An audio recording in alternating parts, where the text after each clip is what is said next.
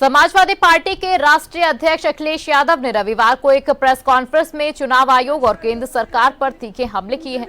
उन्होंने चुनाव आयोग पर अपनी जिम्मेदारियों से भागने, प्रशासनिक अधिकारियों के साथ मिलकर चुनाव में धांधली करने और वोट चोरी कराने के गंभीर आरोप लगाए हैं।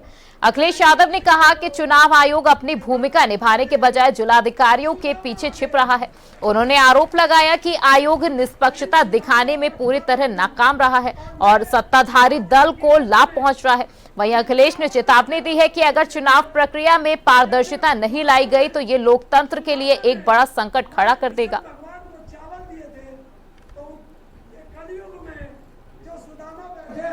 उनकी तरफ से भी चावल भेंट है कि खा लो 3 मुट्ठी और दे दो सुदामा को जो देना चाहते हैं। बहुत बहुत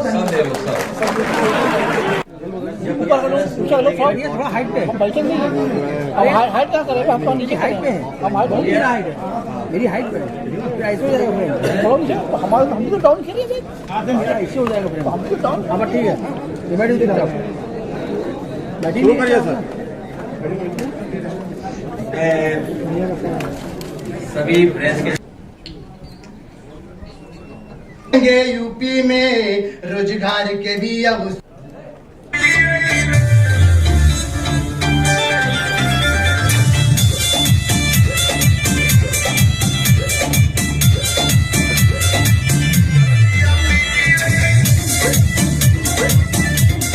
₹500 करोड़ इसमें लगा है भारत का।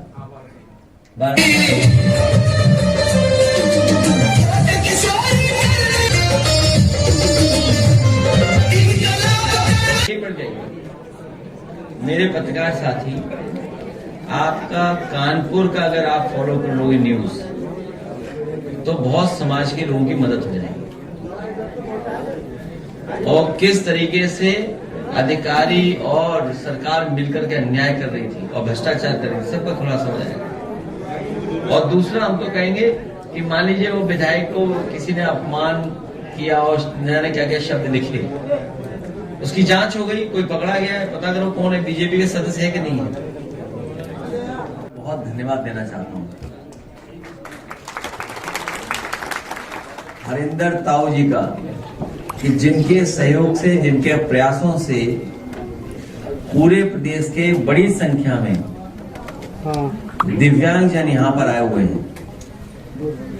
ये तमाम वो साथी हैं जो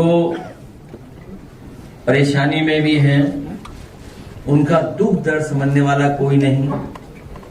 सरकार ने बड़े बड़े वादे इनसे भी किए, लेकिन आज जब देखते हैं इतने वर्षों के बाद भी कोई वादा सरकार का पूरा नहीं हुआ है। जिस तरह से उन्होंने अपने घोषणा पत्र या सरकार के माध्यम से जो योजनाएं भी चलाई हैं, वो योजनाएं भी ठीक तरीके से दिव्यांग जन तक नहीं पहुंच रही हैं। योजनाओं के माध्यम से जो लाभ मिलना चाहिए, जो व्यवस्था बननी चाहिए, या तो क्वालिटी बहुत खराब है, या भ्रष्टाचार बहुत है, या हमारे दिव्यांग जनों के लिए योजना तो बनी है लेकिन वो उस योजना तक और उस योजना से लाभ कैसे लें, वो भी कोई व्यवस्था सरकार नहीं कर पा रही। ये हमारे एक साथी ने अभी कहा कि उन्हें यहां पहुंचने तक के लिए भी किसी का सहारा लेना पड़ा। हमारे बहुत दिव्यांग जन जो बैठे हैं और बड़ी संख्या में प्रदेश में, बड़ी संख्या में लाखों लाख हैं, उनको हर दिन इसी तरह की परेशानी का सामना करना पड़ता है। आज हम लोग बैठ करके कुछ साथियों ने सुझाव दिए लिख करके, हमारे ताऊ हरिंदर जी ने ज्ञापन दिया है। शकुंतला यूनिवर्सिटी के छात्र जो वहां पढ़ रहे हैं और आंदोलन भी कर रहे हैं, जो सुविधा समाजवादी सरकार में दी गई थी उन सुविधाओं को नहीं दिया जा रहा है, या नियमों को बदल कर करके उनके ऊपर लगातार प्रशासन के माध्यम से दबाव बनाया जा रहा है। वो अगर हॉस्टल की मांग कर रहे हैं तो हॉस्टल नहीं दे रहे, उनको कमरे खाली करा रहे हैं। खाने का इंतजाम था, वो खाने का अच्छा इंतजाम नहीं दे पा रहे।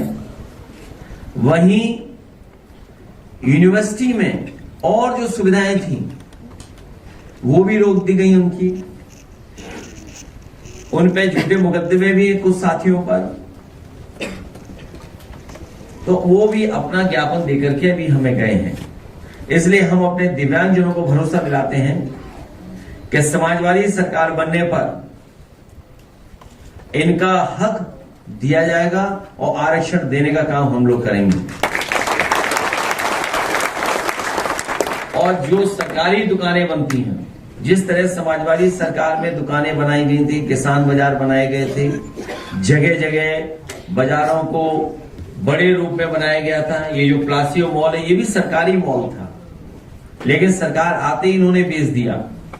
हम अपने दिव्यांगजनों को भरोसा दिलाते हैं कि गांव में, ग्राम पंचायत स्तर पर, शहर में, नगरों में दुकानों का भी आवंटन इनको करने का काम समाजवादी सरकार में होगा।